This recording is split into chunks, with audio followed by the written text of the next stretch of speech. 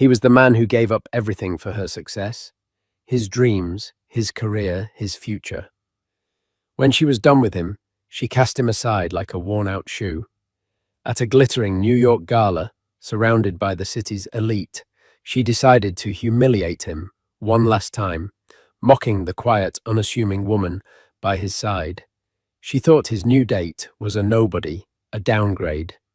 What she didn't know, what the entire room was about to discover in the most shocking way possible, is that his new girlfriend wasn't just anybody. She was an icon, an heiress to a global empire, and her name alone could bring titans of industry to their knees. Ethan Cole measured his life in shades of grey now.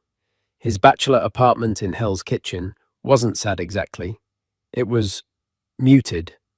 The walls were a soft architectural grey, the furniture a collection of clean lines in charcoal and slate. It was a space of control, of quiet intention, a stark contrast to the life he'd lived for 12 years with Brenda Walsh. Their life together had been a vibrant, chaotic explosion of colour, mostly dictated by her. When they met, he was the rising star at Skidmore, Owings and Merrill, one of the most prestigious architectural firms in the world. He had a vision, a touch that could turn steel and glass into poetry. Brenda was a junior broker with a ferocious ambition that burned brighter than any skyscraper on the Manhattan skyline. He'd been captivated by her fire. She called his ambition artistic. She called hers necessary. The first sacrifice was small, a partnership track opportunity in the London office. "But my career is just taking off here, Ethan," she'd said, her hand on his chest, her eyes wide with earnest appeal. "I need you. We need you here." So he stayed. He designed from New York, pulling all-nighters, his name slowly becoming synonymous with brilliant but difficult concepts that other partners would ultimately take the credit for. Then came her big break, a chance to start her own real estate development firm. The seed money was immense. His savings, a small inheritance, and a loan against his future earnings provided the foundation. "It's an investment in us," she'd promised, kissing him, amidst piles of paperwork on their dining room table, the scent of her expensive perfume, Creed's Aventus for her, filling the air. He left some. He had to. Brenda's firm, Walsh Properties, needed an in-house consultant. In reality, he became her 24/7 fixer. He vetted blueprints, smoothed over zoning board issues with his technical expertise, and redesigned entire floor plans overnight to fit her ever-changing, profit-driven whims. He was the ghost in her machine, the silent architect behind her success. Walsh Properties boomed. They moved from a cozy West Village apartment to a sprawling penthouse on Park Avenue with panoramic views that made the city look like a carpet of diamonds. The colors grew louder. The parties became more lavish, the friends more transactional. Brenda traded her business suits for custom Chanel and her genuine laugh for a polished, resonant sound deployed for networking. Ethan found himself fading further into the background, the man holding her coat, the quiet husband of the brilliant Brenda Walsh. The end came not with a bang, but with a quiet clinical assessment over a $500 bottle of Chateau Margaux she'd ordered. "Ethan, we're on different paths now," she'd said, not unkindly, but with the detached air of a CEO analyzing a non-performing asset. "My world, it requires a different kind of partner, someone who can keep up." The implication was clear. He, the man who had built the engine of her success, was now considered dead weight. The divorce was swift and brutal. Her lawyers, sharks from a top-tier firm, argued that his contributions were those of a supportive spouse, not a business partner. He was left with a settlement that felt more like severance pay, a fraction of the fortune he had helped build. He was forced to sign an ironclad NDA, preventing him from ever claiming credit for his work on her flagship projects. He was in essence erased from his own history, so now he lived in grey. He'd started his own small firm, Cole Design, from a corner of his apartment. His work was picking up small residential projects and consultations, but it was a quiet, solitary pursuit. The fire that had once driven him was now just a pilot light flickering uncertainly. It was on a rainy Tuesday, seeking refuge in the Gagosian Gallery in Chelsea, that he met her. He was staring at an Anselm Kiefer painting, lost in its texture and raw historical weight, when a soft voice beside him said, "It feels like looking at a scar, doesn't it? A beautiful, terrible scar." He turned. She was wearing a simple beige trench coat, her honey blonde hair pulled back in a messy bun, with a few strands escaping, to frame a face that was arrestingly beautiful. But in a way he couldn't quite place. It wasn't the sharp sculpted beauty of the models in Brenda's magazines. It was softer, more soulful.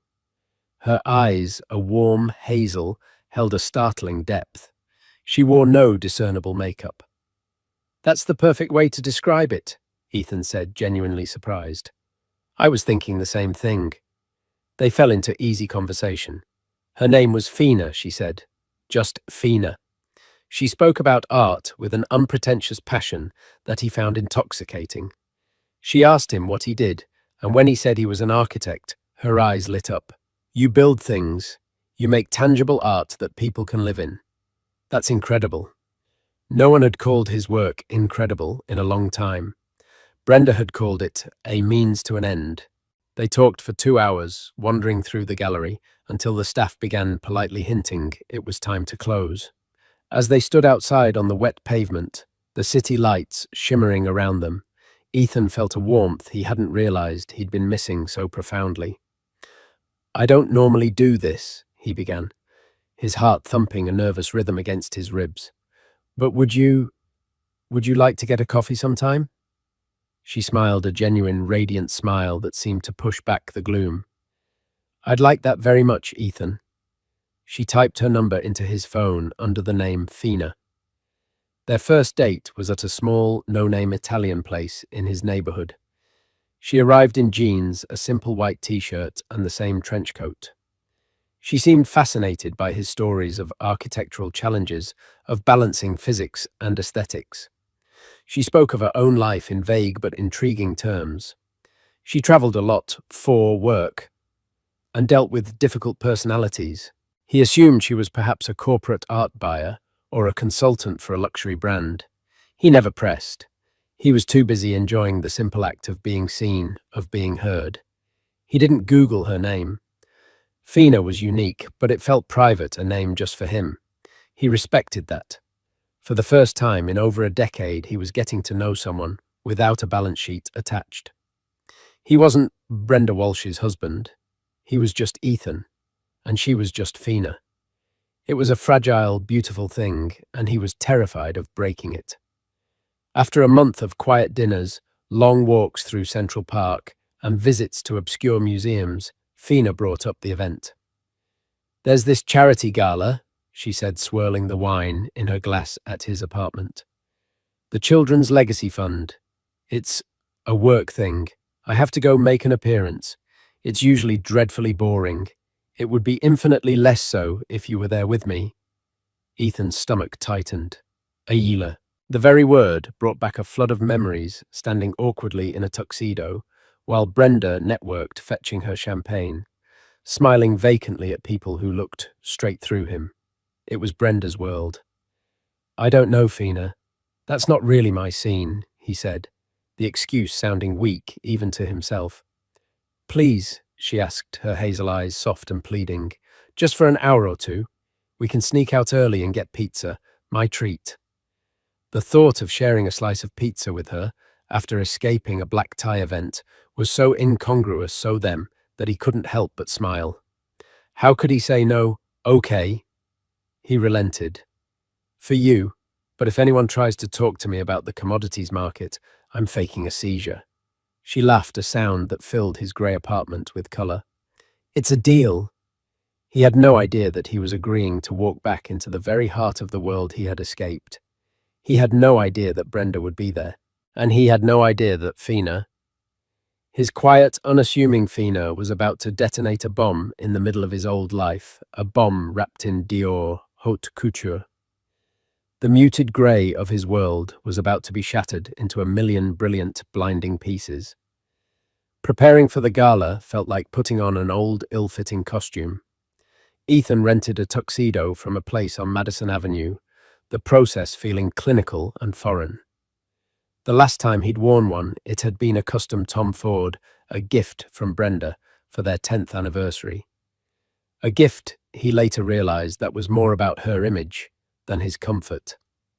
He remembered how she'd adjusted his bow tie. Her touch, not affectionate but proprietary, as if straightening a painting on a wall.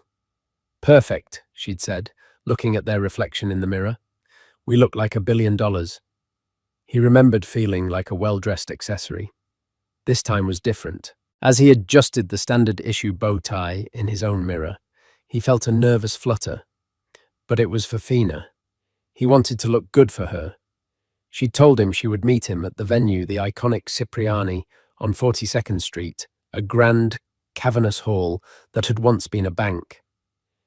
"It's easier with traffic and work logistics," she'd explained vaguely over the phone. When Ethan arrived, the scene was exactly as he remembered and dreaded.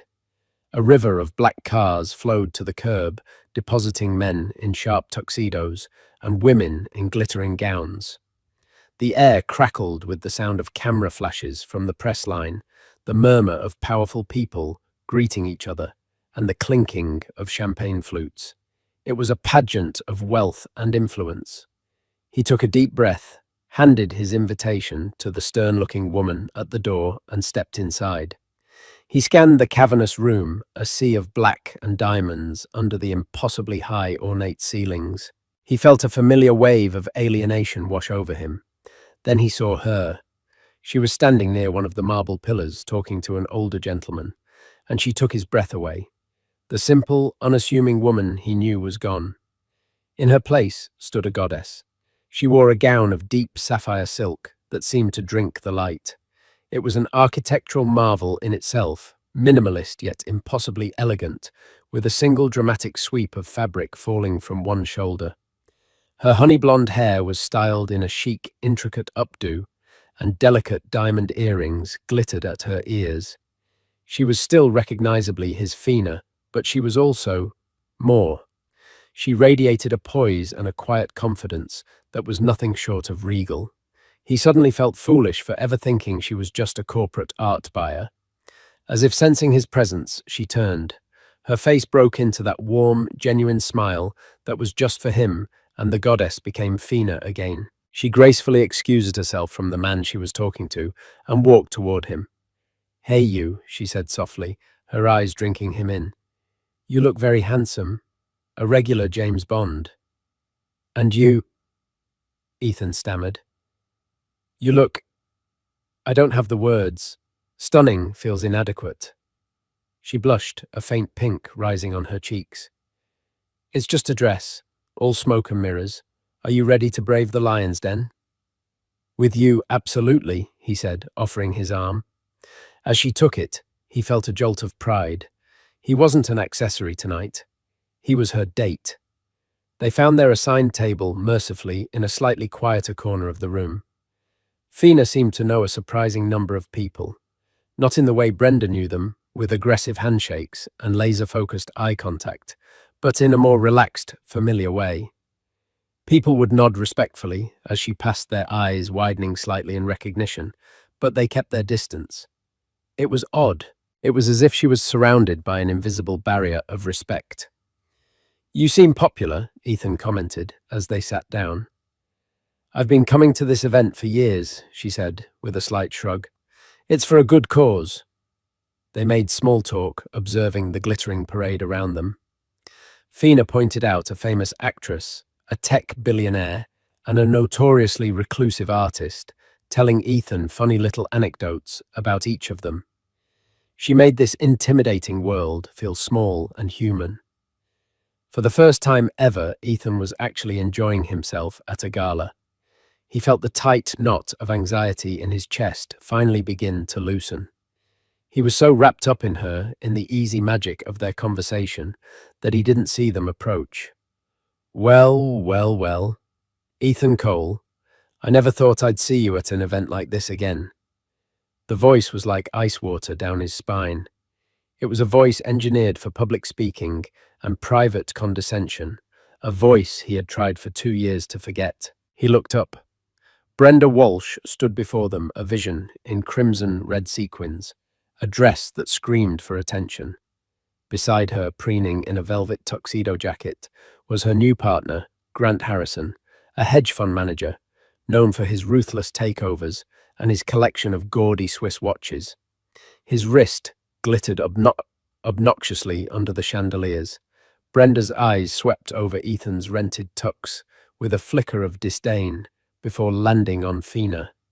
She gave her a slow, deliberate, head-to-toe appraisal, her lips curling into a smug, pitying smile.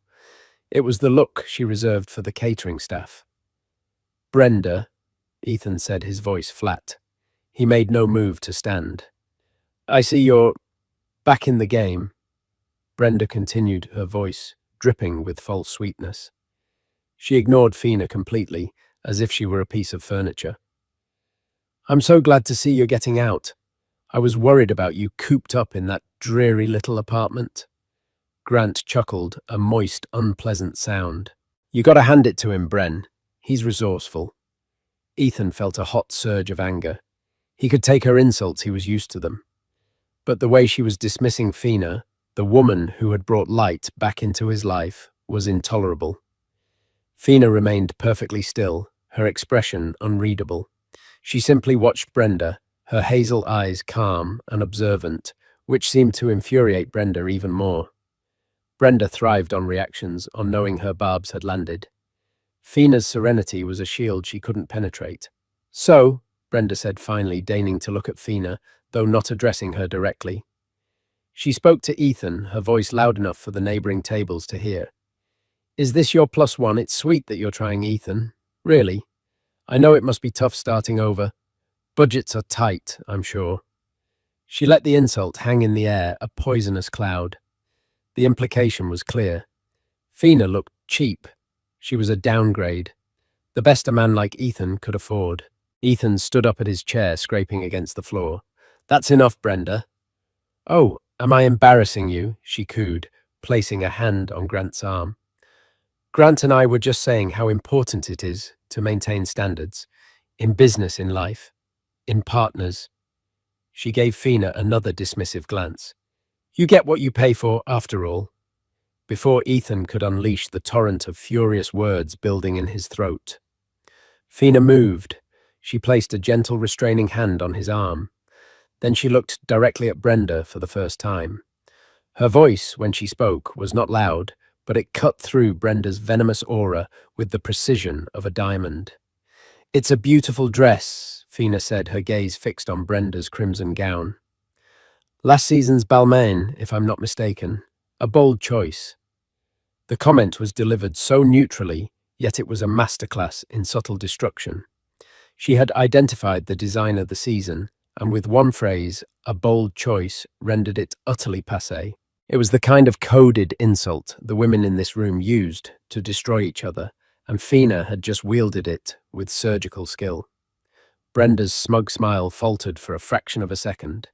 She was momentarily thrown off balance. Who was this quiet little mouse to know Balmain? And you are? Brenda asked, her voice sharp and brittle. My name is Fina, she replied, simply extending a hand. Brenda ignored the offered hand. Fina, how? Quaint. The atmosphere was thick with tension. Ethan could feel the eyes of the people at the tables nearby. This was exactly what Brenda wanted, a public spectacle to cement her status and his humiliation. But something was wrong. Fina wasn't wilting. She wasn't intimidated. She was holding Brenda's gaze with an unnerving, tranquil power. The hunter had become the hunted, and she didn't even know it yet. The stage was set. The audience was watching, and the curtain was about to rise on a drama Brenda Walsh could never have anticipated. The standoff was a miniature vortex of social warfare in the grand ballroom of Cipriani. Brenda, accustomed to being the gravitational center of any room she entered, was visibly irritated by Fina's refusal to be diminished. Grant Harrison, sensing his partner's frustration, stepped forward with the clumsy swagger of a man who mistakes money for class. "Look," he said, directing his words at Ethan, but gesturing toward Fina. "It's a big night, lots of important people here. Maybe you and your friend should find a more appropriate venue. The donor list for this event is quite exclusive." He puffed out his chest, his watch catching the light. "We wouldn't want anyone to feel out of place." The insult was as subtle as a sledgehammer. "You don't belong here." Ethan's hands were clenched into fists at his sides. "We're exactly where we're supposed to be, Grant. Why don't you and Brenda go bother someone else?" "Protective Ethan? How noble," Brenda sneered. "It's a shame you didn't have that kind of fire when it mattered." She turned her focus back to Fina, her voice dropping to a conspiratorial whisper that was intentionally loud. "A little piece of advice, honey. When a man has nothing, he'll cling to anything. Don't mistake desperation for devotion." It was a kill shot designed to poison Fina's mind against him, to paint him as a pathetic leech using a naive young woman to soothe his bruised ego. And that's when it happened. It started not with a shout, but with a gasp. A man walking past their table, a distinguished figure with silver hair and a sharp suit, stopped dead in his tracks. His eyes, wide with disbelief, were locked on Fina. "Mon Dieu!" He breathed the French exclamation, cutting through the ambient chatter. He rushed to their table, ignoring Brenda and Grant completely. He took Fina's free hand in both of his, bowing his head slightly, in a gesture of profound respect. "Serafina," he said, his voice thick with a Parisian accent. "What a magnificent surprise. I had no idea you were in New York. We thought you were still in seclusion at the villa in Como." Fina smiled warmly at the man. "Antoine, it's lovely to see you. I wanted a quiet evening." Brenda and Grant froze. The name Antoine registered first. Anyone with even a passing interest in high fashion or photography knew the name Antoine Levy. He was a living legend, the man whose lens had defined beauty for 3 decades. His portraits graced the covers of every Vogue, Harper's Bazaar, and Vanity Fair on the planet. For Antoine Levy to show this level of deference to anyone was unthinkable. Then the other name registered, Serafina. It was a name spoken in reverent tones in the circles Brenda desperately wanted to conquer, a name that was a brand in itself. Brenda's perfectly made-up face went slack. Her eyes darted from Antoine to Fina, the gears of her ruthlessly ambitious mind grinding, refusing to process the data. It wasn't possible. The woman in the simple, elegant blue dress, the quiet woman sitting with her pathetic ex-husband. It couldn't be her. Antoine, oblivious to the drama he had just ignited, continued to beam at Fina. "Quiet evening, ma chérie. Your presence is never quiet. It is an event. You look breathtaking. Is this a new Dubois piece? Your father's work gets more brilliant every year." He gently touched the sapphire silk of her sleeve. The final piece of the puzzle slammed into place with the force of a physical blow. Dubois, the Dubois family, the French dynasty that owned a global luxury conglomerate. Their empire encompassed everything, from the world's most exclusive haute couture house, Dubois, to Parfums Dubois, to a portfolio of vineyards, art collections, and 5-star hotels. They were old-world royalty, a level of wealth and influence that made new money players like Grant Harrison look like children in a sandbox. And Serafina Dubois, she was the face of it all. Not just an heiress, but a cultural phenomenon. A supermodel who rarely walked the runway anymore because she didn't have to. A woman so iconic, so elusive that her every public appearance was a global news story. She was known professionally by her first name alone, Serafina. The face of the legendary perfume L'Étoile du Soir. The muse for her father, the reclusive design genius Jean-Luc Dubois. A woman who dated princes and artists, who was photographed with world leaders, and whose net worth was estimated in the billions. This was the woman Brenda had just advised not to mistake desperation for devotion. The woman whose date she had pitied. The woman she had just essentially called a cheap escort. The blood drained from Brenda's face. The crimson of her dress suddenly looked garish and desperate against her now ashen skin.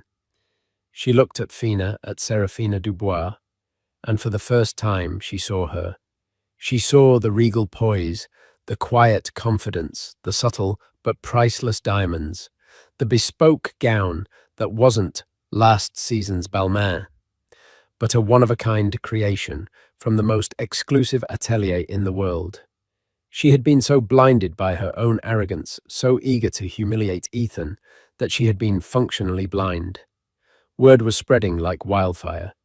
People who had heard Antoine's exclamation were whispering, pointing.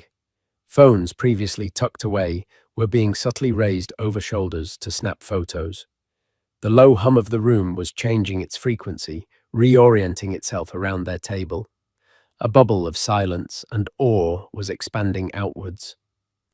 The famous actress Fina had pointed out earlier was staring, her jaw slightly agape. The tech billionaire was murmuring to his wife. Grant Harrison looked like he'd been tasered. His face was a comical mask of shock horror and frantic calculation.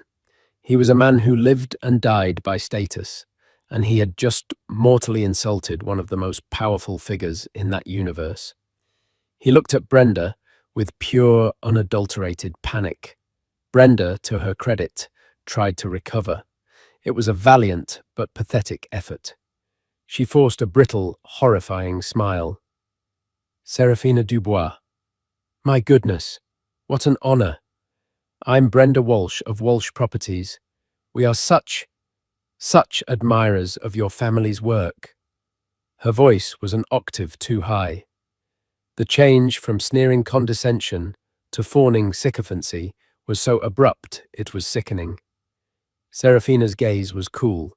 She didn't retract her hand, which Brenda now desperately wanted to shake, nor did she acknowledge the introduction. She simply looked at Brenda, held her gaze for a long, silent moment, and then turned her full attention back to Ethan. She squeezed his arm gently, her eyes full of a soft, apologetic light. I'm so sorry, Ethan, she murmured, for his ears only. I really did hope for a quiet evening. That small, intimate gesture was the final, devastating blow. In that single moment, Seraphina Dubois, the global icon, had dismissed Brenda and Grant as if they were nothing more than a temporary annoyance, a piece of lint to be brushed aside. She had publicly and unequivocally aligned herself with Ethan. The message to Brenda and to the entire watching room was crystal clear.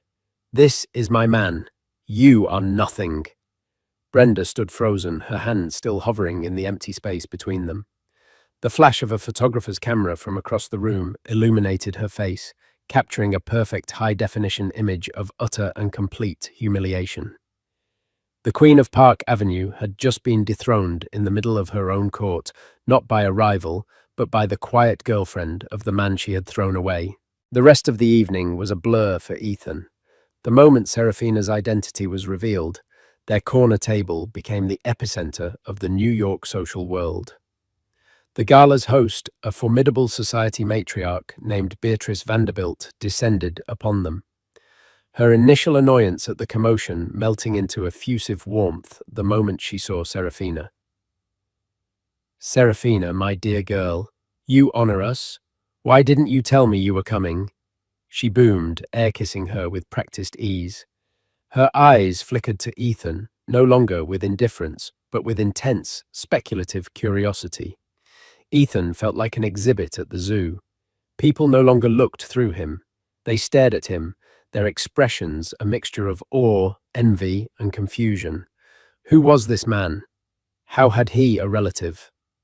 Nobody captured the attention of Seraphina Dubois.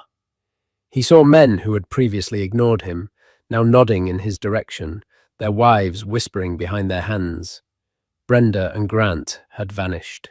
They had simply dissolved into the crowd, retreating in a state of shock. Ethan caught a glimpse of Brenda's crimson dress near the exit, her posture rigid with fury and shame. The image was deeply satisfyingly cathartic. Serafina, with a grace that Ethan found astounding, navigated the sudden onslaught. She was polite but firm. "Beatrice, it's lovely to see you, and this is my partner, Ethan Cole," she said, her voice clear and proud. She put a subtle emphasis on the word partner, leaving no room for misinterpretation. She introduced him to Antoine Levy, to a senator, to the CEO of a major investment bank. To each of them, she presented him not as an accessory, but as her equal. After 20 minutes of this suffocating attention, she leaned in close to his ear, her breath warm against his skin. "Remember our deal," she whispered. "I'm officially bored of this. Let's go get that pizza." And with a final polite nod to their host, she took his hand and led him not toward the main entrance, but through a side door near the kitchens. A sleek black Audi A8 with tinted windows was waiting, the driver immediately stepping out to open the door. The level of discreet efficiency was staggering. Inside the plush leather interior of the car, as it pulled silently into the New York traffic, Serafina let out a long sigh and kicked off her diamond-encrusted heels. She turned to him, her face etched with concern. "I'm so sorry, Ethan," she said, her voice laced with genuine regret. "That was the last thing I wanted to happen. I wanted you to meet my world on my terms, not like that. Not with her." Ethan looked at her. The goddess from the Gala was gone again, replaced by the warm, caring Fina he'd come to know. "You have nothing to be sorry for," he said, taking her hand. "But, Serafina Dubois, the face of l'Étoile du Soir, I think I have a bottle of your perfume in my bathroom that Brenda left behind." She winced. "Let's throw that one out. I'll get you something better." A small smile played on her lips. "I wanted to tell you, I loved being just Fina. With you, I felt like I wasn't a brand or a name. I was just a person. It was the most real thing I've felt in years." "You're still just Fina to me," he said, and he meant it. "The rest is just noise." He paused. "Though watching Brenda's face when she realized who you were, I admit that was a pretty spectacular bonus." Serafina laughed, a full, genuine laugh that echoed in the car. Her face was quite a picture. I almost felt sorry for her. "Don't," Ethan said, a hint of the old bitterness creeping in. "She wouldn't feel sorry for you." They got their pizza from a hole-in-the-wall place in the village, and Serafina, still in her couture gown, ate a slice folded in half on the curb, while Ethan, in his rented tux, laughed beside her. A lone paparazzo, who had somehow tracked them, snapped a photo from across the street. The next day, that photo would go viral, the heiress and the architect Serafina Dubois' downtown date night. It was a far more powerful statement than any red carpet appearance. The fallout was immediate and seismic. By 9 a.m. the next morning, Ethan's phone and email were exploding. Old colleagues from some who hadn't spoken to him in years were reaching out to reconnect. Headhunters from top architectural firms were suddenly interested in his boutique design philosophy. His small firm, Cole Design, was featured in a page 6 sidebar titled, "Who is Serafina's Mystery Man?" But the most shocking communication came from Brenda. It was a long, rambling text message sent at 3 a.m. "Ethan, I can't stop thinking about last night. Seeing you there so happy, it made me realize so much. I was a fool. I was so caught up in building the business, in the stress and the pressure, that I lost sight of what was important. I lost sight of you. He's a distraction, a product of that world I thought I wanted. It's not real. What we had was real. I miss you. I miss us. I know I hurt you, but I'm willing to do anything to make it right. Please, can we just talk?" Ethan read the message twice, a bitter taste in his mouth. It was a masterwork of manipulation. Not once did she mention Serafina by name. She framed her sudden regret as an epiphany about him, not as a desperate, panicked reaction to his new partner's staggering status. She wasn't sorry for leaving him. She was sorry she'd left him before he traded up so spectacularly. It was the most Brenda thing she had ever done. He deleted the message without replying. The consequences for Brenda, however, were just beginning. The story of the confrontation at the Gala, embellished and whispered through the city's elite circles, had cast her in a terrible light. She wasn't just an ambitious developer anymore. She was the cruel ex-wife who had tried to humiliate her unassuming former husband, only to be spectacularly shut down by a global icon. In a world built on image and perception, she had committed social suicide. Worse, the sudden spotlight on Ethan was bringing his past contributions to Walsh Properties into question. An influential architectural critic, intrigued by the story, wrote a blog post wondering why Ethan Cole, a man Serafina Dubois was championing, had such a thin portfolio for the last decade. He drew speculative but damning comparisons between Cole's early design style and the signature aesthetics of Walsh Properties' most successful buildings. The NDA prevented Ethan from speaking, but he didn't have to. The world was connecting the dots on its own. Whispers started among Brenda's investors. Was she really the visionary she claimed to be? Or was she just a ruthless marketer who had exploited her husband's talent and then cast him aside?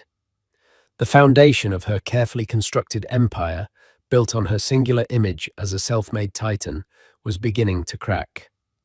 Grant Harrison, seeing the reputational damage splashing onto him, began to distance himself. A week after the gala, Ethan was in his apartment, sketching ideas for a new project, when his phone rang. It was an unknown number with a French country code. He answered cautiously. "Hello, medical. This is Jean-Luc Dubois." The voice was deep accent-scented and carried an unmistakable air of authority. "My daughter has told me a great deal about you. I believe it is time we met. I am in New York. My car will be at your address in 1 hour." It wasn't a request. It was a summons. The noise from the outside world had finally breached the walls of their quiet romance. Ethan was no longer just dealing with the ghost of his ex-wife. He was about to face the king. The hour felt like 10 minutes. Ethan barely had time to shower and change into his best suit, a charcoal grey, well-tailored, but a world away from the bespoke luxury the Dubois family inhabited.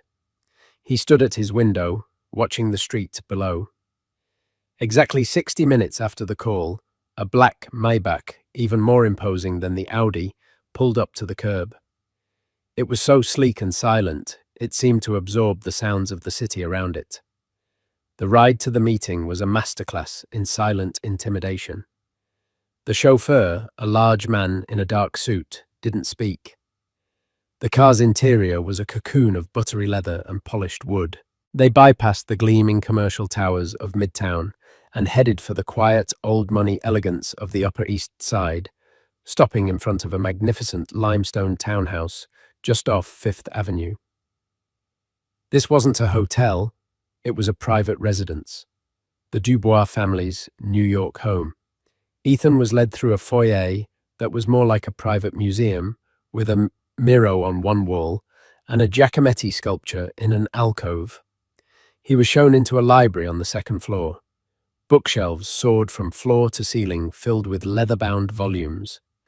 A fire crackled in a marble fireplace, and in a high-backed armchair sat Jean-Luc Dubois. He was older than Ethan expected, perhaps in his late 60s, with a mane of silver hair and piercing blue eyes. He wore a simple cashmere sweater and tailored trousers, yet he exuded more power and elegance than anyone Ethan had ever met. He didn't rise. He simply gestured to the chair opposite him. "Mr. Cole, thank you for coming," he said, his voice the same deep baritone from the phone. His English was perfect, laced with only a faint aristocratic French accent. Mr. Dubois, the pleasure is mine, Ethan replied, trying to keep his voice steady. Jean-Luc observed him for a long moment, his gaze sharp and analytical. It was the look of a man who could assess the value of a company, a gemstone, or a person in a single glance. My daughter is very important to me, he began, his voice devoid of warmth. She is the face of our house, the heart of our legacy, but she is also a young woman who has lived her life in a cage, albeit a gilded one. Her world is filled with sycophants, opportunists, and men who see her as a prize to be won. He paused, letting the words sink in. You can understand then my concern. You appear in her life from nowhere, a man with a complicated past, a recent, and I hear, acrimonious divorce, a career that seems to have stalled for a decade. At each point was a precise, calculated jab. Jean-Luc had clearly done his homework. Ethan met his gaze. He would not be intimidated. Respectfully, sir, my past is my own, but it's not a secret. My career didn't stall. It was rerouted to help build someone else's success. A mistake I don't intend to make again. As for your daughter, I didn't seek her out. I met a woman named Fina in an art gallery. I fell for her intelligence, her kindness, and her spirit. The rest, the name, the legacy, that is your world, not mine. A flicker of something surprised respect crossed Jean-Luc's face before it was gone. A convenient sentiment, Jean-Luc said, his tone still skeptical. Many men would say such things. Perhaps, Ethan conceded. But I have a question for you, Mr. Dubois. Your daughter told me that for the first time in her life she felt she could be herself with me, that she didn't have to be Serafina, or the icon, as her father does. That not mean anything to you? The directness of the question seemed to disarm the older man. He leaned back in his chair, his fingers steepling in front of him. He was silent for a full minute.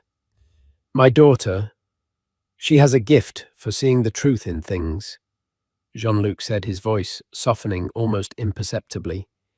In art, in people. It is why she is not only the face of our house, but its soul. She tells me you are an architect of some talent. I like to think so, Ethan said.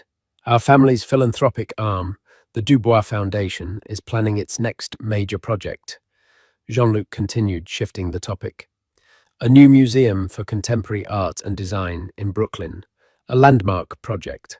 The board has been reviewing proposals from the world's top firms. Snohetta, Renzo Piano, Herzog and de Meuron. He named the titans of the architectural world. My daughter has suggested that we review a proposal from you. Ethan was stunned. Fina had done that. She had put his name alongside the gods of his profession. That is an incredible honor, Ethan managed to say. It is not an offer, Mr. Cole. It is a test. Jean-Luc clarified his voice, once again sharp. The board is skeptical. You are unknown. Your firm is a one-man operation working out of an apartment. They see it as nepotism, a foolish whim of my daughter's. I have convinced them to grant you a chance. You will present your concept in 2 weeks. You will be judged not as my daughter's partner, but as an architect. If you fail, you will not only embarrass yourself, you will embarrass her. Do you understand the stakes? The pressure was immense. The opportunity was breathtaking. This was the commission of a lifetime, a chance to build something magnificent, to reclaim his name and his passion on the world stage. It was also a trial by fire, orchestrated by a man who was still deciding if he was worthy of his daughter. I understand perfectly, Ethan said, a fire he hadn't felt in years igniting in his chest. This was his language. This was his art. He wasn't afraid. He was energized. Good, Jean-Luc said, standing up, signaling the end of the meeting. Do not disappoint me. More importantly, do not disappoint her. As Ethan was shown out of the silent, opulent townhouse and back into the noise of the city, he felt a profound shift. The battle with Brenda was over. She had become a pathetic footnote in his past. The real challenge, the real future, was just beginning. He had 2 weeks to design a castle, not just to win the approval of the king, but to prove he was worthy of the queen. Meanwhile, Brenda's world was crumbling. The whispers about her business practices had grown into a roar. Crane's New York business ran a devastating expose titled "The Ghost Architect of Walsh Properties." And while it couldn't prove anything definitively due to the NDA, it interviewed anonymous sources from her company and former colleagues of Ethan's from Somme. It painted a damning picture of a talented architect whose work was systematically appropriated by his then-wife. Investors grew nervous. A major pension fund that was the primary backer for her new flagship skyscraper project in Hudson Yards put a hold on their next round of funding, pending a full review of corporate governance and creative attribution. The project, Brenda's crowning achievement, ground to a halt. The banks started calling. Grant Harrison, who had co-invested publicly, announced he was pulling out of the deal and divesting from all interests connected to Walsh Properties, citing reputational risk. It was a brutal public betrayal, but one she had taught him well. Brenda was trapped in her Park Avenue penthouse, the panoramic views now feeling like a mockery. She was hemorrhaging money and, more importantly, status. She tried calling Ethan again this time, leaving a tearful, desperate voicemail begging him to release a statement, supporting her, claiming it was all a misunderstanding. She offered him money, a partnership, anything. Ethan listened to the voicemail, a sense of weary finality washing over him. He thought of the years he'd spent propping her up, the talent and energy he'd poured into her ambition. He thought of her sneering face at the gala, and then he thought of Fina's belief in him, of Jean-Luc's impossible, magnificent challenge. He deleted the message and got to work. He had a museum to design. The next 2 weeks were a blur of sleepless nights and caffeine-fueled creativity. Ethan's small apartment was transformed into a whirlwind of tracing paper foam core models and 3D renderings. The grey walls he had hidden behind for 2 years were now covered in vibrant sketches and bold concepts. The pilot light of his ambition had roared back to life, now a blazing inferno. He wasn't just designing a building, he was telling a story in glass, steel, and light. His concept for the Dubois Foundation Museum was audacious. Instead of a traditional monolithic structure, he envisioned a series of interconnected pavilions, each dedicated to a different medium: painting, sculpture, digital art, fashion, all flowing into a central sunlit atrium. The design was porous, intended to welcome the surrounding Brooklyn community in, rather than standing apart from it. The facade was a dynamic skin of photosensitive glass that would change opacity based on the time of day, making the building itself a living piece of art. He called it the Agora, a modern-day public square for creativity. Fina was his silent, supportive partner through it all. She respected his intense focus, bringing him food, making coffee, and just sitting quietly in the room, reading her presence, a calming anchor in his creative storm. She never offered an opinion on the design unless he asked, but when he did, her insights were brilliant. She spoke of how light would interact with a certain texture, or how a space would make a visitor feel, bringing the human element into his architectural vision. He realized her gift for seeing the truth in things was very real. They were building it together in a way. The day of the presentation arrived. The boardroom at the Dubois Foundation's headquarters was as intimidating as Jean-Luc's library. Ethan stood before a long, polished table occupied by a dozen stern-faced board members, including Jean-Luc Dubois himself, who sat at the head, his expression unreadable. Ethan was nervous, but as he began to speak, the nervousness melted away, replaced by pure passion. He didn't just present blueprints, he walked them through the experience. He spoke of light and shadow, of community and inspiration. He described how the museum would not just house art but foster it, with integrated studio spaces for emerging local artists. He showed them renderings of the building at dawn, at dusk, shimmering under the city lights. He poured every ounce of the talent Brenda had tried to bury into this one presentation. When he finished, the room was silent. The board members looked at each other, then at Jean-Luc. Ethan's heart pounded in his chest. An older woman on the board, known for her sharp critiques, spoke first. "It's radical," she said, though not with disdain. "It's a departure from the monumentalism we usually favor." "Monumentalism can be a fortress," Ethan replied calmly. "Art should be a gateway, not a fortress." Jean-Luc stared at the final rendering projected on the screen, the agora at night, glowing like a lantern in the Brooklyn skyline. He was silent for a long time. "My daughter," he finally said, his voice quiet but resonant, "told me you don't design buildings. She said you design feelings. Looking at this, I finally understand what she meant."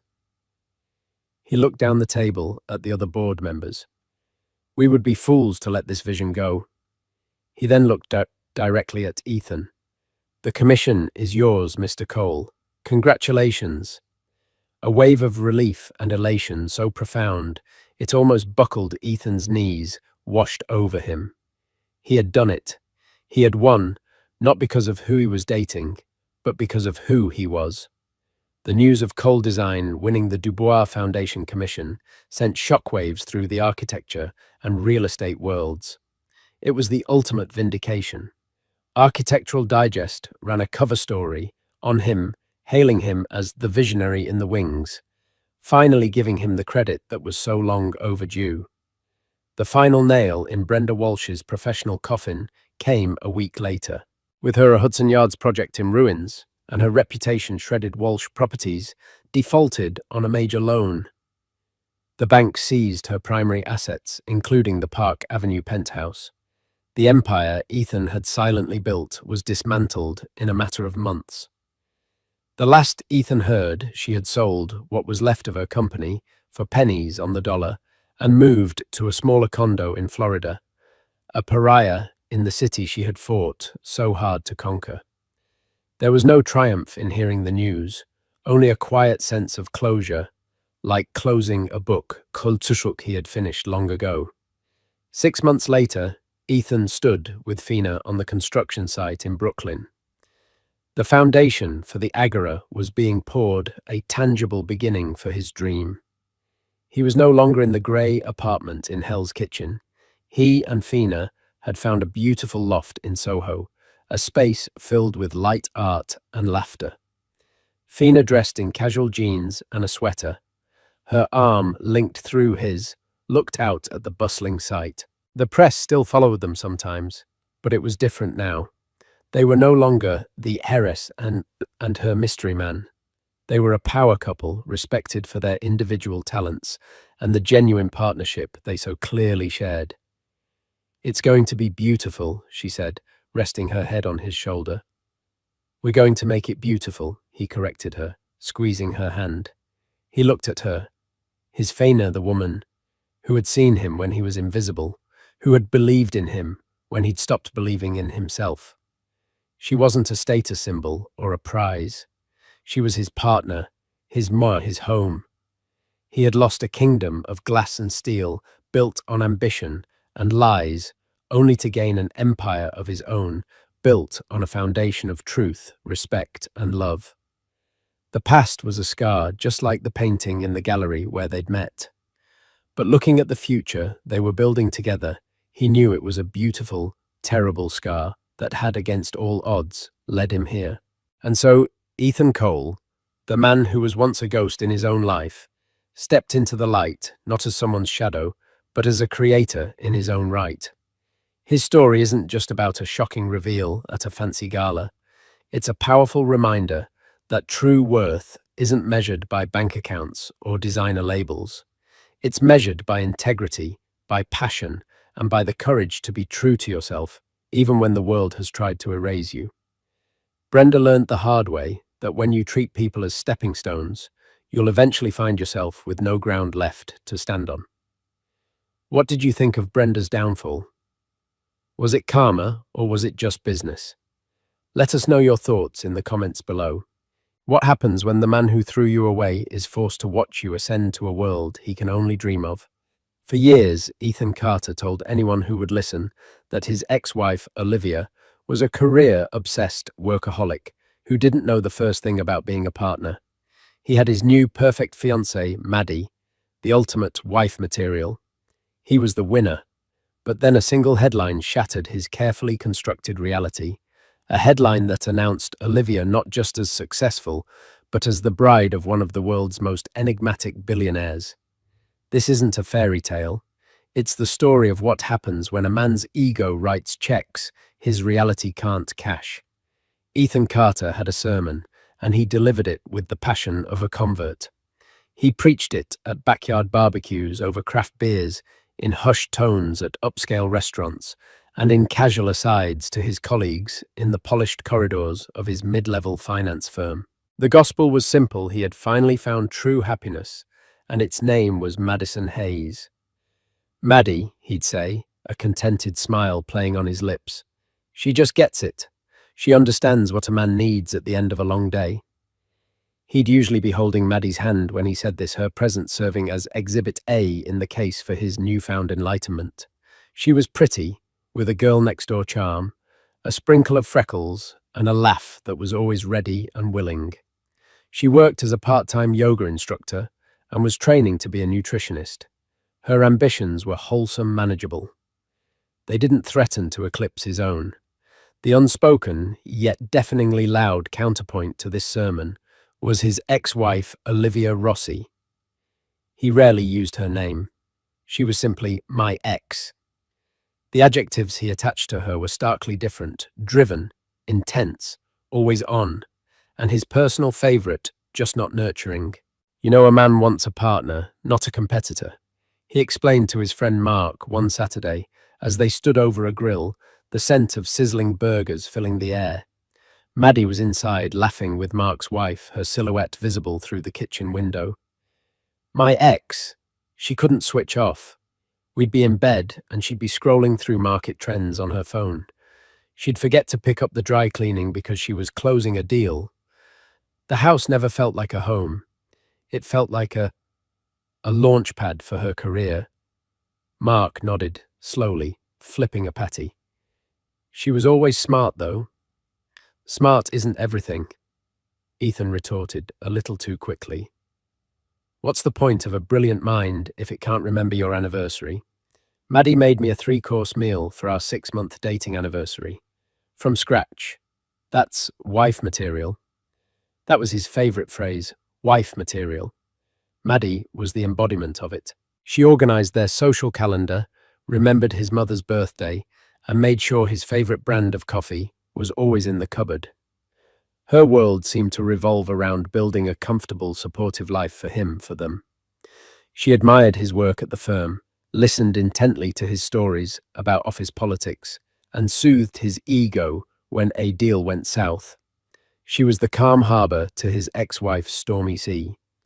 Their divorce had been finalized 2 years ago, and in Ethan's retelling, it was an amicable, logical conclusion.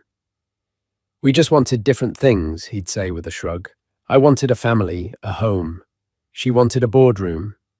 He omitted the screaming matches the nights he'd come home to an empty house, not because Olivia was closing a deal, but because she couldn't bear to be in the same room as him. He forgot the way he'd belittled her ambitions, calling her small startup project a cute little hobby.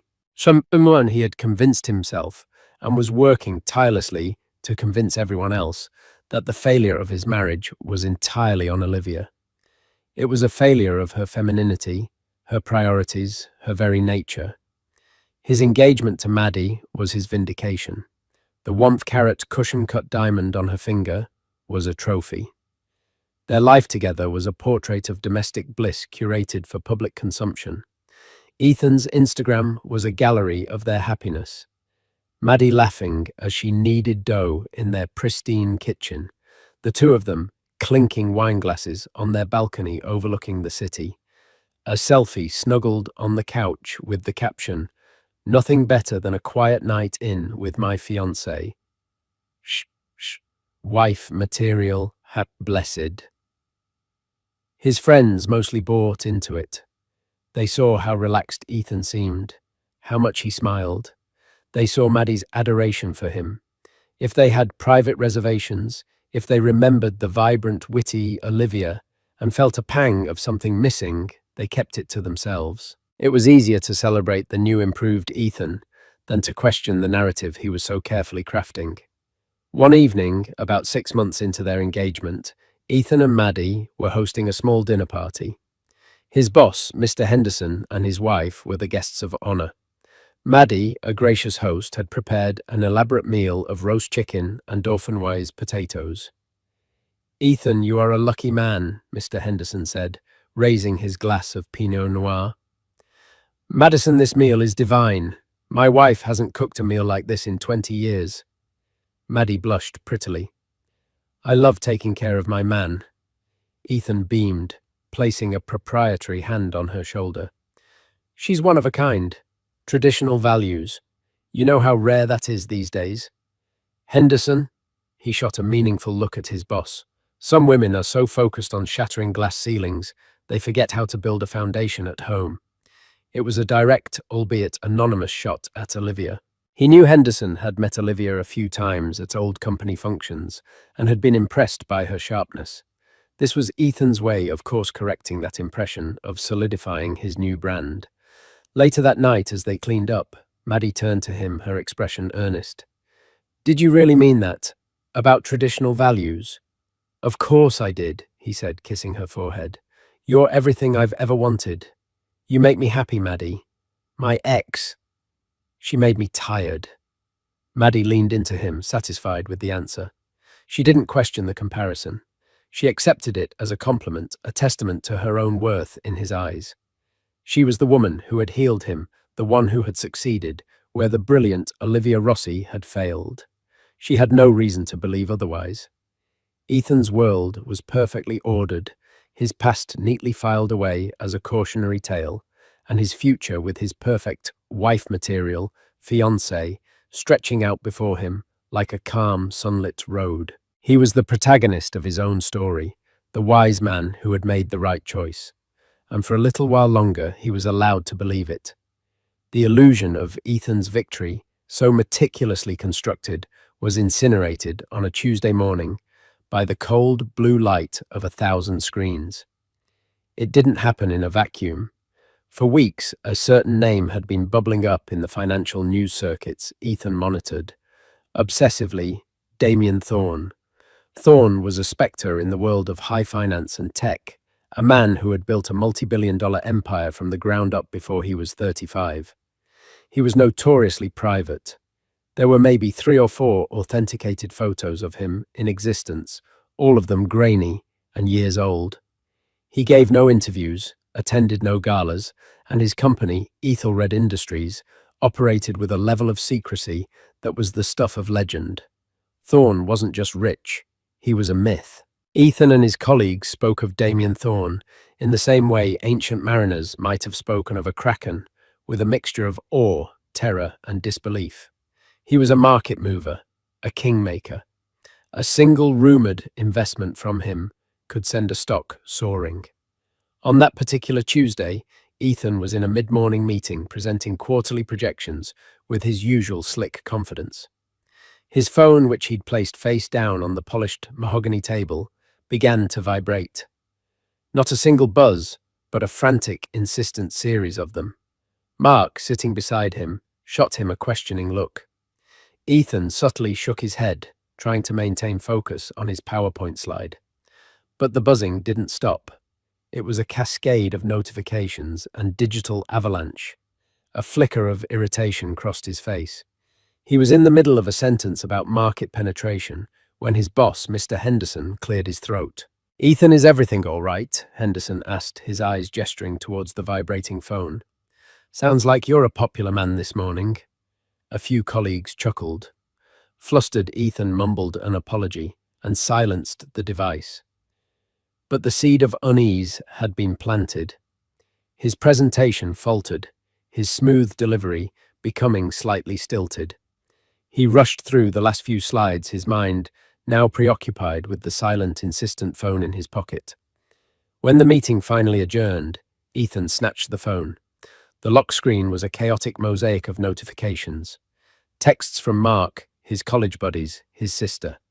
A dozen alerts from news apps. He swiped it open, his thumb hovering over the messages. The first one he saw was from Mark, a simple explosive link to a Forbes article. Above the link, Mark had typed a single sentence. "Ethan, you are not going to believe this." He clicked the link. The page loaded, and for a moment the world seemed to tilt on its axis. The headline was stark black and brutal. It read, "A power union, reclusive billionaire, Damien Thorne, to marry tech CEO, Olivia Rossi." Ethan's breath hitched. It couldn't be. His Olivia. No, there must be another Olivia Rossi, who was a tech CEO. It was a common enough name. He scrolled down his heart, pounding a frantic rhythm against his ribs. And then he saw the picture. It was a professional photograph, stunning in its intimacy and power. Damien Thorne, no longer a grainy myth, but a startlingly handsome man with sharp, intelligent eyes and a jawline that could cut glass, stood with his arm around a woman. But it was the woman who stole Ethan's breath. It was Olivia. But it was an Olivia he had never seen before. The woman in the photo was radiant, her dark hair styled in sleek waves, her smile not the tired, strained one he remembered, but wide and genuine. She was wearing a simple but exquisitely tailored emerald green dress that highlighted the fire in her eyes. She wasn't just standing next to Damien Thorne. She was his equal, her posture exuding a confidence that bordered on regal. She looked powerful. She looked happy. She looked utterly devastatingly untouchable. His Olivia. CEO Olivia Rossi. The article was a paean to their success. It detailed Thorne's legendary status and then introduced Olivia as the undisputed visionary behind Innovate Forward, a startup that had in just 2 years become a leader in sustainable AI. It spoke of her genius, her unrelenting drive, and her recent multi-billion-dollar valuation after securing a revolutionary patent. The company he had called a cute little hobby was now being hailed as a world-changing enterprise. The article mentioned her background, her summa cum laude degree from Stanford, her early work at a top consulting firm. It even included a brief cutting sentence. Rossi, who is divorced, founded Innovate Forward shortly after the dissolution of her first marriage, channeling her formidable energy into her professional ambitions. The words hit him like a physical blow. Channeling her formidable energy. They made it sound like their divorce had been the catalyst for her greatness, the removal of an obstacle, the removal of him. He sank into his office chair, the world around him, muffled as if he were underwater. The fluorescent lights of the office seemed too bright, the air too thin. He clicked on another link, this one to Vogue. The headline was even worse, the wedding of the decade inside Damien Thorne and Olivia Rossi's ultra-private engagement. More photos. Olivia laughing on a yacht, her hand in Thorne's. A close-up of the ring, a colossal flawless sapphire that made Maddie's diamond look like a speck of dust. His phone buzzed again. It was a text from his mother. "Ethan, did you see the news about Olivia Goodness? I suppose all that time she spent on her computer paid off." Even his mother's words, meant to be a form of awkward consolation, felt like a jab. He thought of all the things he had said. "She's not nurturing. She doesn't know how to build a home. I need a partner, not a competitor." He had painted her as a failure in the one arena he deemed important, being a wife. And now the world was celebrating her, not just for her career, but for landing the most elusive, powerful bachelor on the planet. She hadn't just failed to be his wife. She had leveled up to become a billionaire's bride. His carefully constructed narrative, the gospel he had preached so fervently, had been torn to shreds and set on fire. He wasn't the winner who had wisely traded up. He was the fool who had let a diamond slip through his fingers because he was too blind to see its worth. He was the man who had complained about the rain only to find out the woman he'd left behind had learned to command the storm. The man who championed wife material had just discovered his ex-wife was made of stardust and steel. The door to his office opened, and Mark poked his head in his face, a mixture of pity and morbid curiosity. "Buddy, you okay?" Ethan looked up, his face pale, the Forbes article still burning on his screen. He couldn't form words. All he could do was stare at the picture of Olivia, the woman he thought he knew, the woman he had so confidently dismissed, now smiling at the world from an unattainable height. The news of Olivia's engagement didn't just break Ethan's ego, it haunted him. Olivia Rossi became a ghost in his machine, a phantom presence that permeated every corner of his life, turning his domestic bliss with Maddie into a stage play where he was forgetting his lines. His obsession started subtly. It began with a late-night Google search, then another. Soon he had set up alerts for her name for Damien Thorns, for Innovate Forward. His phone, once a tool for work and a gallery of his life with Maddie, became a shrine to his ex-wife's success. He consumed every article, every blog post, every paparazzi photo he could find. He saw Olivia and Damien leaving a Michelin-starred restaurant in Paris. He saw them at a tech conference in Kyoto, where Olivia was the keynote speaker. He saw a candid shot of them on a windswept Scottish moor, reportedly near the castle Thorne had recently purchased.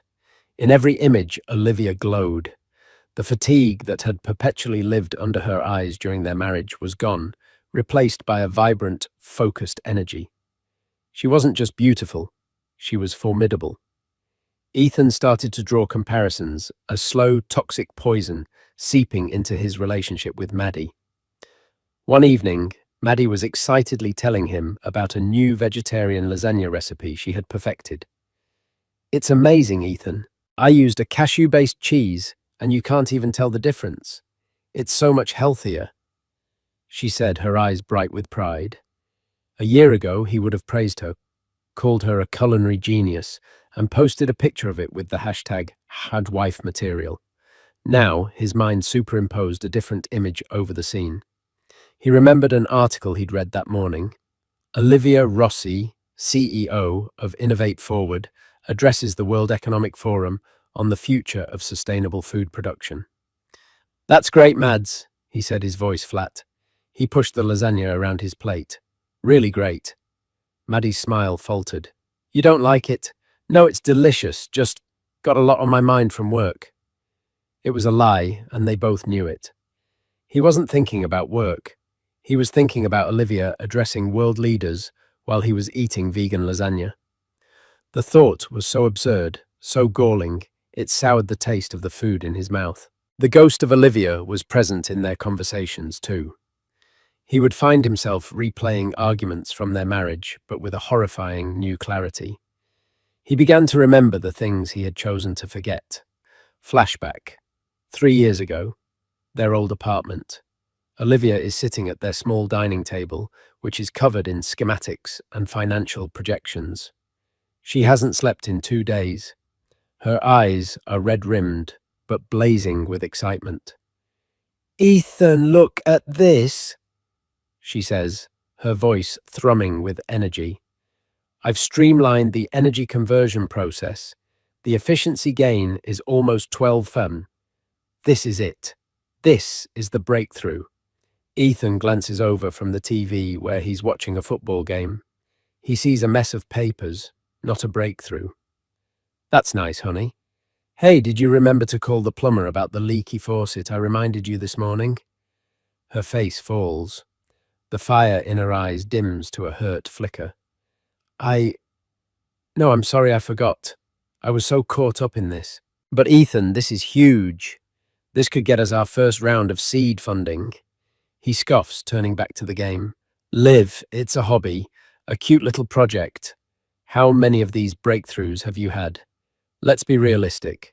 Real people have to deal with real-life things, like leaky faucets." The memory was so vivid, it made him flinch. He hadn't just been dismissive. He had been cruel. He had taken her passion and belittled it into a childish pastime. Her cute little project was now valued at over $5 billion. He had complained about a leaky faucet while she was trying to build an ark. Maddie began to notice the change. He was distant, irritable. The adoring gaze he once fixed on her now seemed to look straight through her. He stopped posting about her on social media. The wife material, compliments, dried up completely. One Saturday morning, she found him staring at his laptop, his face a mask of grim fascination. She crept up behind him and saw what he was looking at, a lengthy profile of Olivia in Wired magazine. It was filled with quotes from her colleagues praising her leadership and vision. "Are you okay, Ethan?" Maddie asked softly. He slammed the laptop shut as if he'd been caught looking at pornography. "Yeah, fine. Just keeping up with the competition." "She's not your competition, Ethan," Maddie said, her voice laced with a growing insecurity. "She's your ex-wife, and she's marrying Damien Thorne." He snapped the words, erupting with a venom that shocked them both. "Do you have any idea what that means? It's not just that she's successful, it's that the entire world now sees me as the idiot who let her go." "Nobody thinks that," Maddie said, though her voice wavered. Was she trying to convince him or herself? "Oh, they do," he said, his voice dropping to a bitter whisper. "They look at me, and they think, that's the guy who wasn't good enough for Olivia Rossi. And then they look at you and they think—" He trailed off, but the implication hung heavy and ugly in the air between them. "And they think you're the consolation prize." He didn't say it, but Maddie heard it. She saw it in his eyes. Every time he looked at her now, he was comparing her to the ghost of Olivia. Her wholesome, supportive ambitions now seemed small and insignificant in the shadow of Olivia's global success. Her knowledge of nutrition seemed trivial compared to Olivia's knowledge of quantum computing. The very qualities he had praised as wife material were now in his mind evidence of her inferiority. The haunting became a full-blown obsession. Ethan started driving by the old brownstone he and Olivia had once shared, a place they'd sold during the divorce. He would park across the street and just stare at it, lost in a fog of regret. He started trying to piece together the timeline. She had founded Innovate Forward just 3 months after their divorce was finalized. She must have been planning it, working on it during their final year together, the same year he was complaining that she wasn't paying enough attention to him. He had thought her distraction was a sign of her failing as a wife. He now understood it was the sign of her preparing for a new life, a life that didn't include him. He hadn't just lost her, he had been systematically and surgically removed from her path to greatness. The realization was a slow, agonizing burn, cauterizing his pride and leaving behind a permanent scar. He was no longer the protagonist of his own story. He was a footnote in hers. The digital ghosts were not enough. Ethan's obsession demanded a confrontation in the flesh. He needed to see her, to speak to her, to somehow recalibrate the reality that had spun so violently out of his control. He couldn't just be the man who read about Olivia Rossi in Forbes. He had to force her to acknowledge him, to see him, to give him something. He wasn't even sure what. An explanation. An apology. Validation. He knew that a direct approach was impossible. Calling her would be pathetic. Her number was likely changed anyway.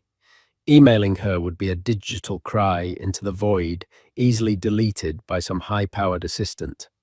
No, it had to be a chance encounter, something that would allow him to maintain a sliver of dignity. His opportunity came in the form of a high-profile charity gala for the city's children's hospital. He scoured the event's sponsor list online and saw it there in elegant corporate font, Ethelred Industries. Damien Thorne's company was a platinum sponsor. It was almost certain they would be there. Getting tickets was a feat in itself. The gala was one of the most exclusive events of the year. Ethan had to call in a significant favor with his boss, Mr. Henderson, framing it as a crucial networking opportunity. Henderson, likely sensing the desperation, but intrigued by the potential drama, secured 2 tickets.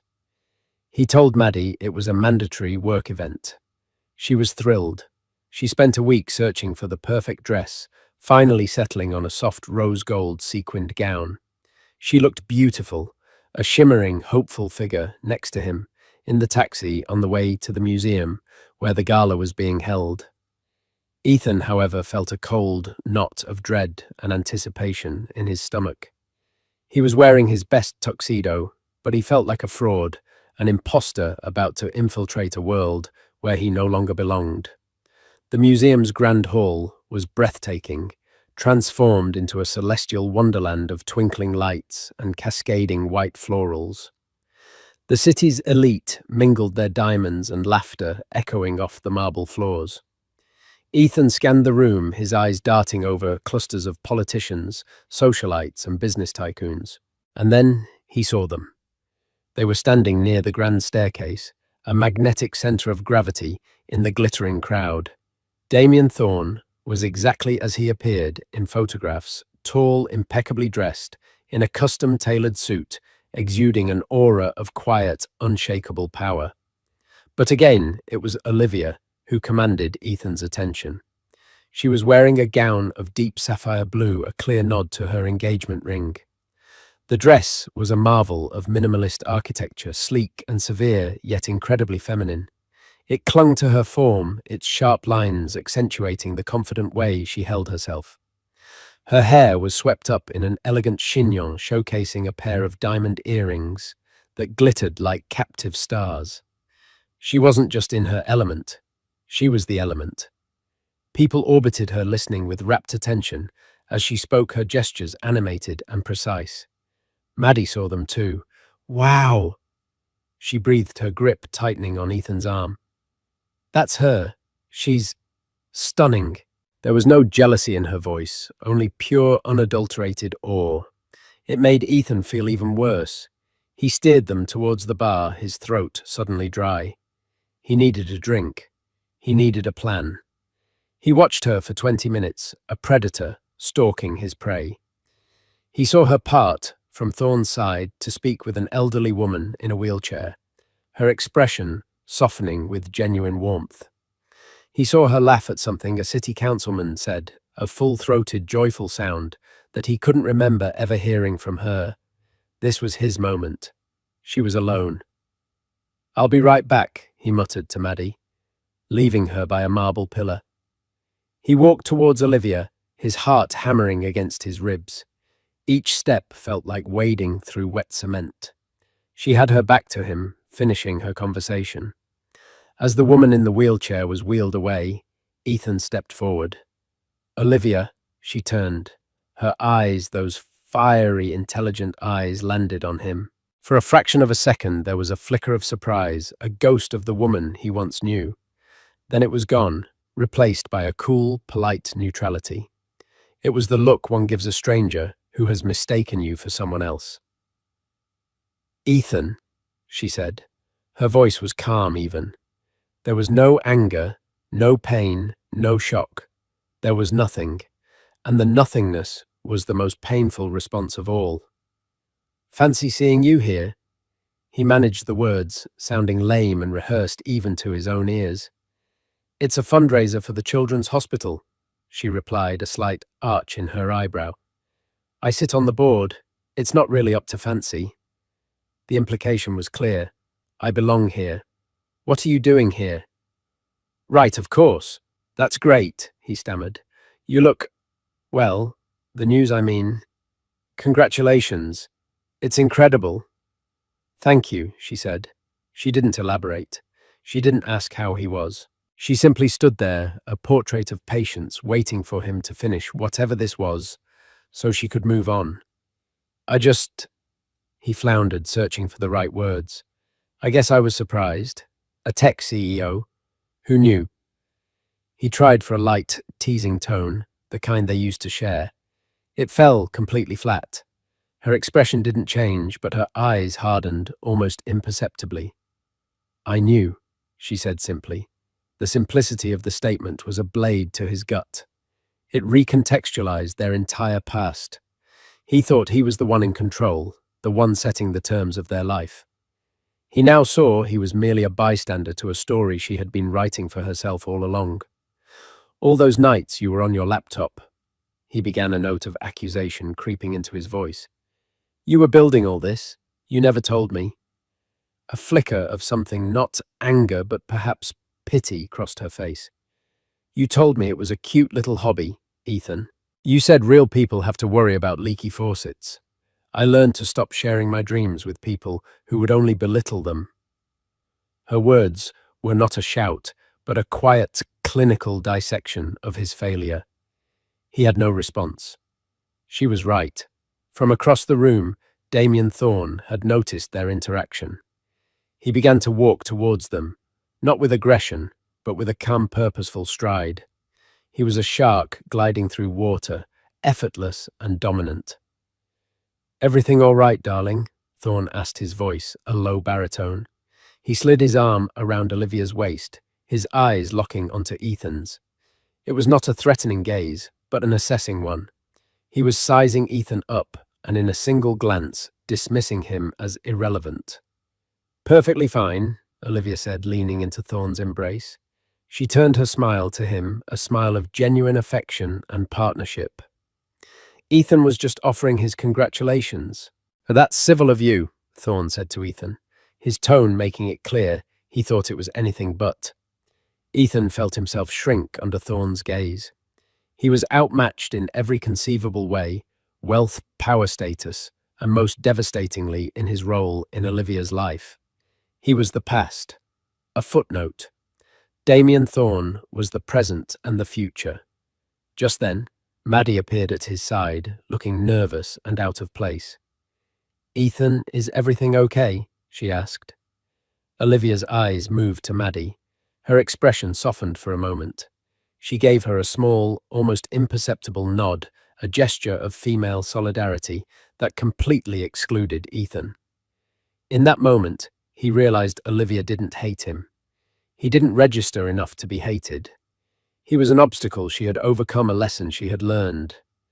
We should go, Olivia said to Thorne, completely turning her back on Ethan. Dr. Evans wanted to discuss the new pediatric wing. As they walked away, Thorne's hand resting protectively on the small of her back, Ethan was left standing in their wake, the scent of Olivia's expensive perfume lingering in the air. He felt Maddie's hand on his arm, a grounding but unwelcome touch. He had engineered the collision, hoping to cause a dent, a spark, something to prove he still had an effect on her. Instead, he was the one left wrecked on the side of the road, watching her drive off into the stratosphere without a glance in the rearview mirror. The disastrous encounter at the Gala sent Ethan into a downward spiral. The cool dismissal from Olivia and the silent, authoritative presence of Damien Thorne played on a loop in his mind. He became sullen, withdrawn, and openly resentful. His relationship with Maddie, already fractured by his obsession, began to crumble under the weight of his misery. She tried to be supportive, but her attempts to comfort him were met with irritation. Her wife-material qualities, her patience, her gentle nature now grated on his nerves, serving only as a reminder of everything Olivia was not. The real twist, the final nail in the coffin of Ethan's self-delusion, didn't come from a headline or a public humiliation. It came from the past, in the form of an old friend and a drunken, pathetic confession. Her name was Clara, a mutual friend from the early days of Ethan and Olivia's marriage. She had been Olivia's confidant and had always maintained a friendly, if more distant relationship with Ethan after the divorce. Maddie, in a desperate attempt to understand the man she was supposed to marry, had reached out to Clara for coffee. She wanted to know what Olivia was really like, hoping to find a flaw, a crack in the perfect facade that would make her feel less like a second-place trophy. They met in a quiet cafe, and Maddie, her voice trembling slightly, explained the situation. He's obsessed with her, Clara. Since the news about her engagement, he's a different person. He looks at me like I'm not enough. I just need to understand what their marriage was like. Why did they really break up? Clara sighed, stirring her latte. She had seen Ethan's narrative play out on social media and through the grapevine. She had stayed silent out of loyalty to Olivia, But seeing Maddie's genuine pain changed her mind. Olivia had moved on to an unassailable, new life. Perhaps it was time the truth of the old one was told. Ethan has his version of the story, Clara began carefully. The one where Olivia was too ambitious and not domestic enough. That's not a lie exactly. It's just not the truth. She leaned forward, her voice low. About a year before they separated, Olivia wasn't just working on her hobby. She had a real shot. She had a meeting lined up with a venture capital firm, a big one. They were seriously interested in her initial proposal for what would eventually become Innovate Forward. She was terrified and ecstatic. It was all she could talk about for weeks. Maddie listened, her heart sinking. The meeting was on a Friday, Clara continued, her eyes fixed on Maddie's. The Thursday night before she and Ethan had a massive fight. He accused her of abandoning their life together, of caring more about nerdy spreadsheets than about him. He told her she was going to fail, that she was delusional for thinking she could compete in that world. It was brutal. The next morning, Olivia went to the meeting, and she bombed. She was rattled, her confidence was shot. The feedback was that her financial projections, the very core of her pitch, were a mess. They were filled with small but critical errors. The VC firm passed, telling her the project lacked financial viability. She was devastated. She thought she had choked under pressure. Clara took a deep breath before delivering the final blow. A few weeks later, Olivia was clearing off their shared computer, and she found the original presentation file in the trash bin. She looked at the file's history. It showed that the night of their big fight, after she had gone to bed, someone had logged in at 2 a.m. and spent 30 minutes in the document, that someone had systematically altered key figures in her financial model. Tiny changes, almost impossible to spot unless you knew what you were looking for, but enough to make the whole projection fall apart under scrutiny. Maddie felt the blood drain from her face. "No," she whispered. "There were only two people who had the password to that computer," Clara said softly. "Olivia and Ethan." The truth was a horrific, ugly thing. Ethan hadn't just been an insecure, unsupportive husband who belittled his wife's dreams. He had been a saboteur, fearing her potential success, fearing she would outgrow him. He had actively, maliciously, and secretly crippled her chances. He hadn't just failed to encourage her, he had tried to ensure she would fail. The divorce hadn't been about wanting different things. It was because Olivia had discovered his ultimate betrayal.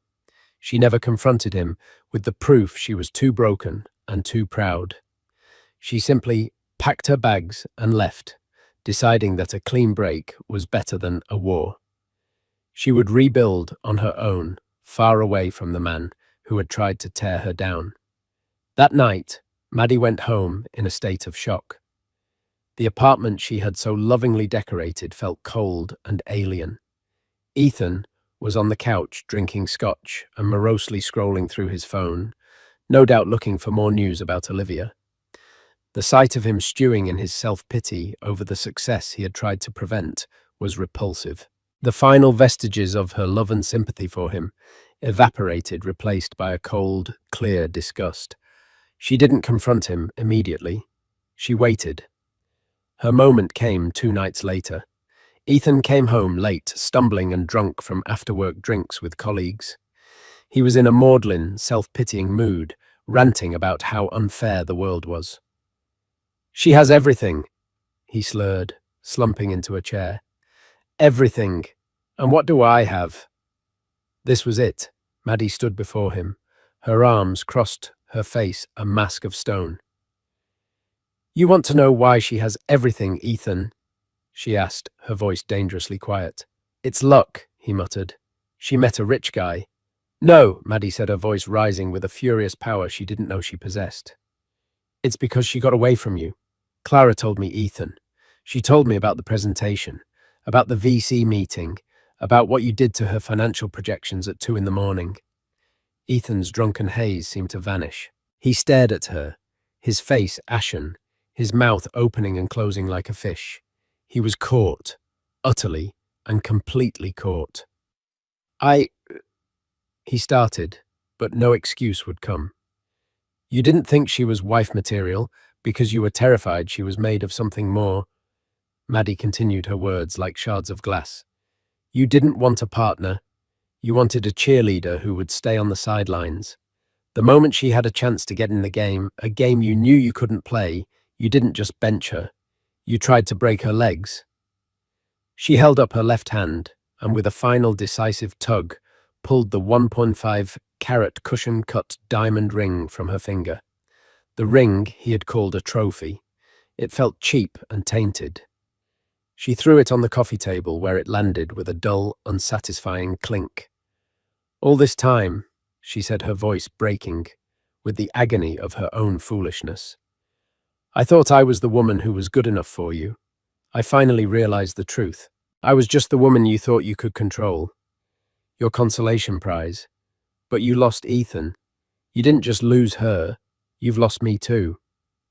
He didn't protest. He didn't argue. He just sat there, a collapsed ruin of a man stripped of his lies and his last remaining relationship. The ghost of his past betrayal had finally come home, not just to haunt him, but to leave him utterly and completely alone. Maddie's departure was swift and silent. She didn't scream or throw things. The next morning, while Ethan was nursing his hangover, and the even more painful hangover of his exposed soul, she packed her bags. She took the clothes, the yoga mats, the nutrition textbooks. She left behind the life they had built, which she now saw was nothing more than a set piece for his fragile ego. She left the ring on the table. Ethan's world, already tilted, capsized completely. The silence in the apartment was a living entity. It was the silence of two failed relationships, the silence of his own profound moral bankruptcy. He would walk past Maddie's empty closet and feel a pang, not of love, but of loss for the comforting illusion she provided. She had been his shield, his proof that he was a desirable man who had made a good choice. Without her, he was just the guy who sabotaged his brilliant wife and then got dumped by his fiancée. His work suffered.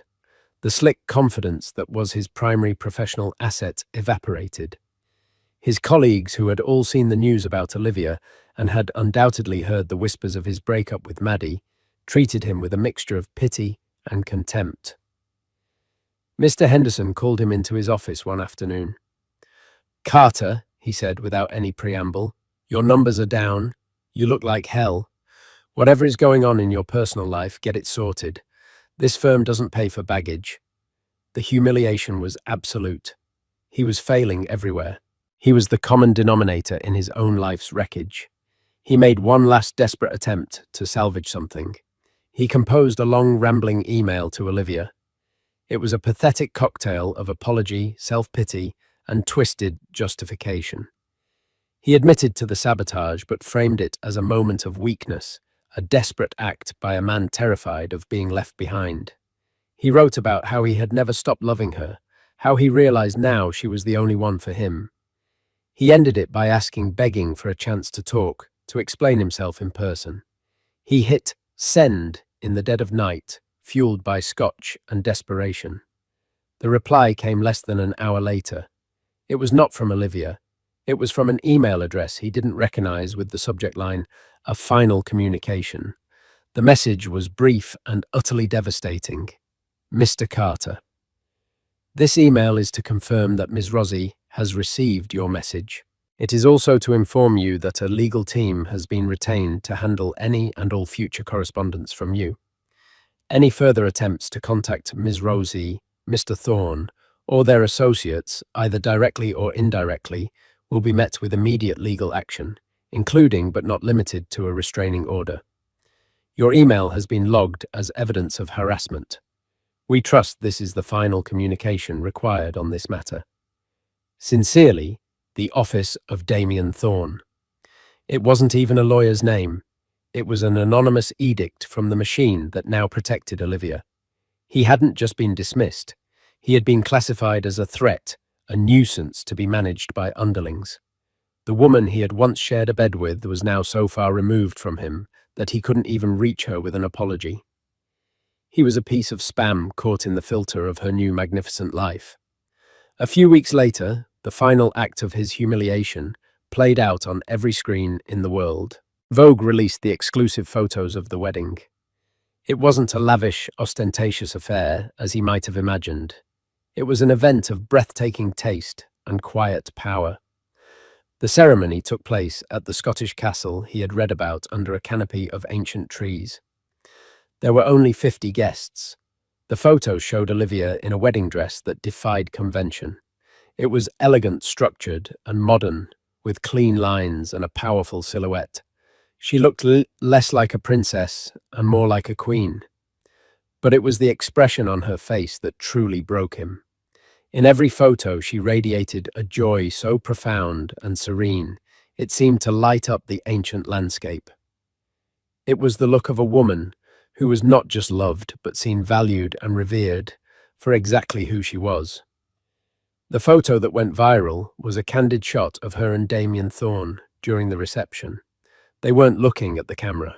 They were looking at each other, laughing, a shared joke or a moment of understanding passing between them. They were a team, partners, competitors on the same side, conquering the world together.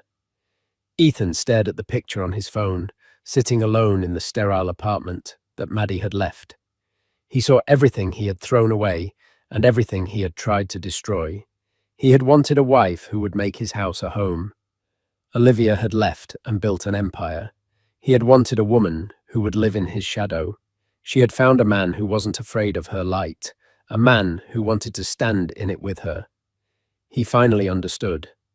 Olivia's success wasn't a lucky break or a fairy tale. It was the direct result of her talent, her drive, and most painfully, her liberation from him. He had been the anchor weighing her down. In cutting him loose, she had been free to rise. The wreckage of his life was not an accident. It was a consequence. He was not the victim of circumstance. He was the architect of his own desolation. The wedding photos were not an invitation to his ex-wife's new life. They were the closing credits on his own. A year passed, a year of crushing anonymity for Ethan Carter. He kept his job at the firm, but he was a ghost in the hallways. The swagger was gone, replaced by the quiet, shuffling demeanor of a man perpetually braced for bad news. He was no longer invited to the important meetings or the after-work drinks.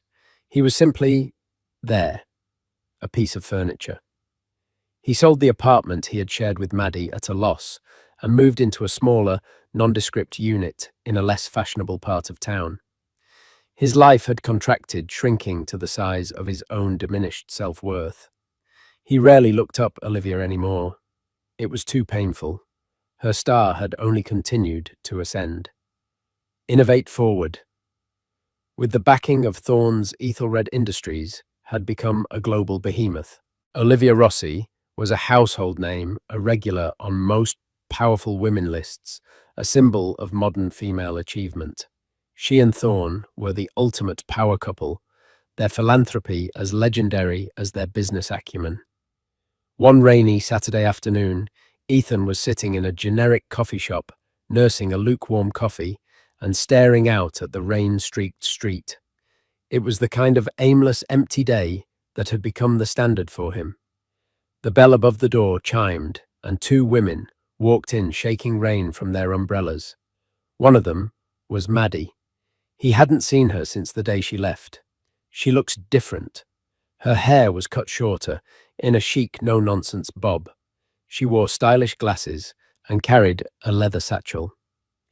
The soft, deferential girl he had tried to mold into his perfect wife was gone.